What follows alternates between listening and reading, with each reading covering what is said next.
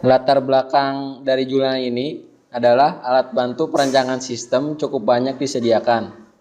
Salah satu alat bantu dalam merancang serta memodelkan sistem adalah data flow diagram. Perancangan sistem perlu didokumentasikan oleh analisis sistem agar lebih mudah dalam mengkoordinasikan segala kebutuhan data dan informasi dengan pengguna, sehingga sistem yang dirancang akan dapat diimplementasikan dengan baik sesuai dengan kebutuhan pengguna. DFD memungkinkan para analisis sistem memahami keterkaitan antara subsistem yang digambarkan secara struktur untuk mengkomunikasikan sistem pada pengguna. Tujuan penelitian dari jurnal tersebut adalah penelitian ini bertujuan untuk mendokumentasikan perancangan sistem oleh analis agar lebih mudah dalam mengkoordinasi segala kebutuhan data dan informasi dengan pengguna sistem, sehingga sistem yang dirancang akan dapat diimplementasikan dengan baik sesuai dengan kebutuhan pengguna sistem. Data yang digunakan.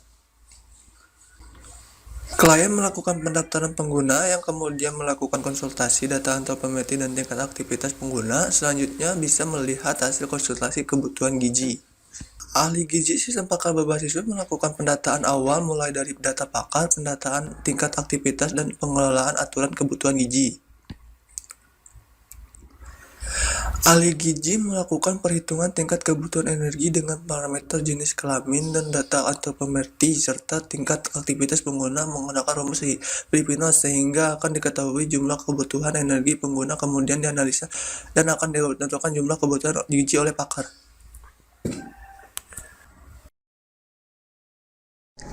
Metode atau teknik yang diterapkan data flow diagram atau DFD adalah alat pembuatan model yang memungkinkan profesional sistem untuk menggambarkan sistem sebagai suatu jaringan proses fungsional yang dihubungkan satu sama lain dengan alur data, baik secara manual maupun komputerisasi.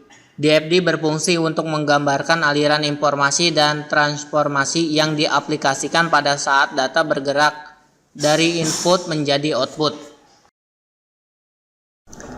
Proses perhitungan kebutuhan energi oleh ahli gizi pada proses konsultasi menggunakan formula Lippincott yang diawali dengan melakukan perhitungan berat badan ideal.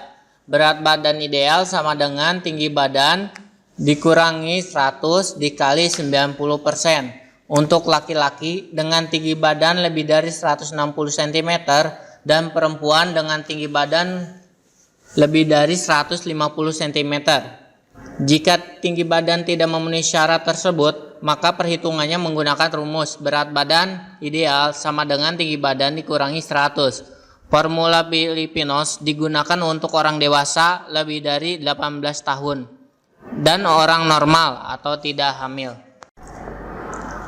Untuk pola eksperimen dan hasilnya, pada jurnal ini tertera konteks diagram yang menunjukkan aliran proses bisnis yang berjalan pada sistem, mulai dari klien menginputkan data klien dan konsultasi.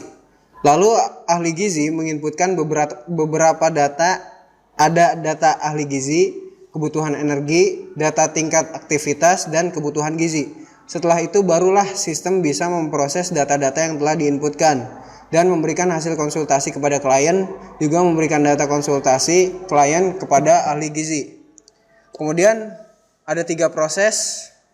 Yang pertama itu pendataan awal, lalu konsultasi, dan hasil konsultasi.